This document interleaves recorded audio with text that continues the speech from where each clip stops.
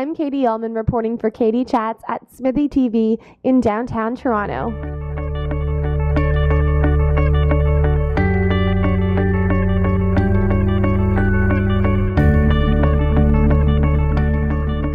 I'm here with documentary filmmaker Andrew Moir.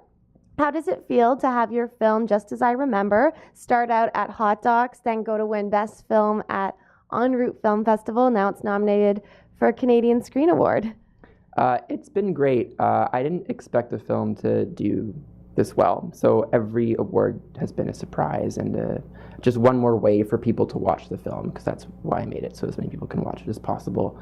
En Route's a really great festival, and I would encourage a lot of short filmmakers to submit their work there. They have really good taste and they treat you really well. They flew me to Montreal, they flew me to Toronto for 2 screenings, they flew me to Sundance just to go because I won an award at the festival. And they just treat you so well, and they also play your film on airplanes, and so lots of people get to watch it. Great. And tell me a little bit about this wonderful film. I cried all the way through it, but what the inspiration was and really what it's about. So my dad was diagnosed with a disease called ALS when I was 3, and it's usually a terminal illness and people die within 2 to 5 years after they're diagnosed, but my dad's still alive.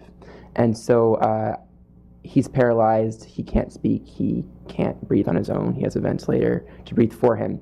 And so I wanted to make a film that sort of explored my childhood and looked back at what it would have been like for my dad. So I found this family, this young father named Brad. He had 3 kids, just like my dad when he was diagnosed. And I followed them for a year and saw how their kids dealt with the illness and how he dealt with the illness as a parent. And I used this family to sort of re-explore my own childhood and learn more about my dad. Great.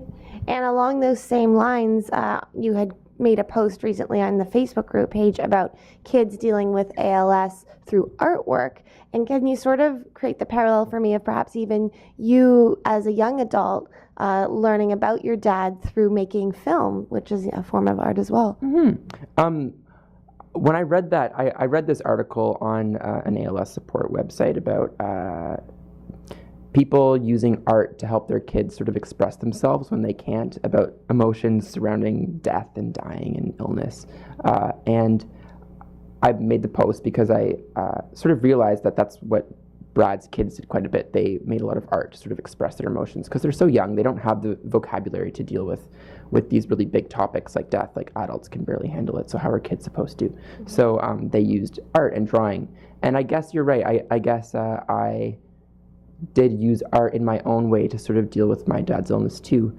When I moved to Toronto, I had to sort of bring up my dad's illness all the time with people, and it was something that I was really uncomfortable doing because I wasn't used to it. The people in my life knew about my dad's illness, and it was just the way it was, but I guess I did want to sort of look at my dad's illness through art, and the film is how I did it. And I'm a lot more comfortable talking about his disease now and introducing him as a disabled person and talking about the illness. And you're also developing a feature about ALS as well. Can you tell me a little bit about that and how different cultures may deal with it in different ways? Yeah, so I'm in the very early stages of developing this documentary. It's a feature, and it's going to be about the ventilator. So when people have ALS, they can either go on a ventilator, which is a machine that breathes for them and keeps them alive, but eventually means that they'll be paralyzed because the disease will progress so far that they can no longer breathe or eat or speak on their own. Or they can not go on a ventilator and let the illness run its course. And that's what most people in Canada do. Most people are not on ventilators and they die within 2 to 5 years, most of the time, from the illness.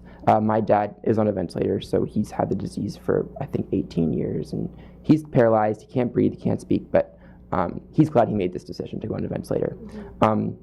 And when I first learned that so few people went on a ventilator with ALS, I was really surprised because, I mean, I was just so used to it. That's just the way it was for my family.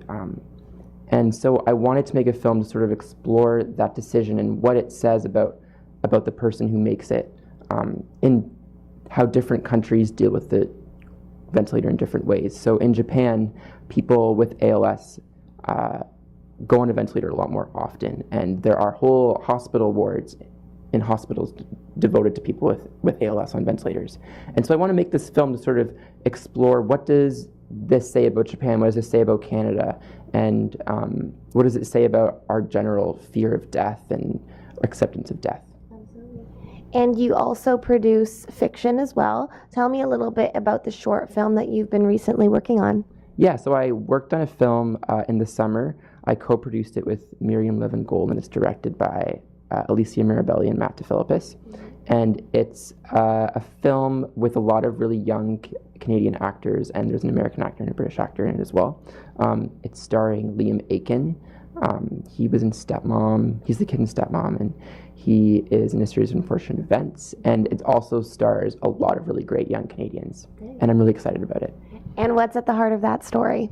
That film takes place in sort of this timeless small town that's really isolated from the rest of the world. And what they do is they put their young people sort of through this twisted coming of age ritual where they kind of weed out the bad people and the bad young people. And it's going to be really good. I think Matt and Alicia's style is going to really come through in the film. Great.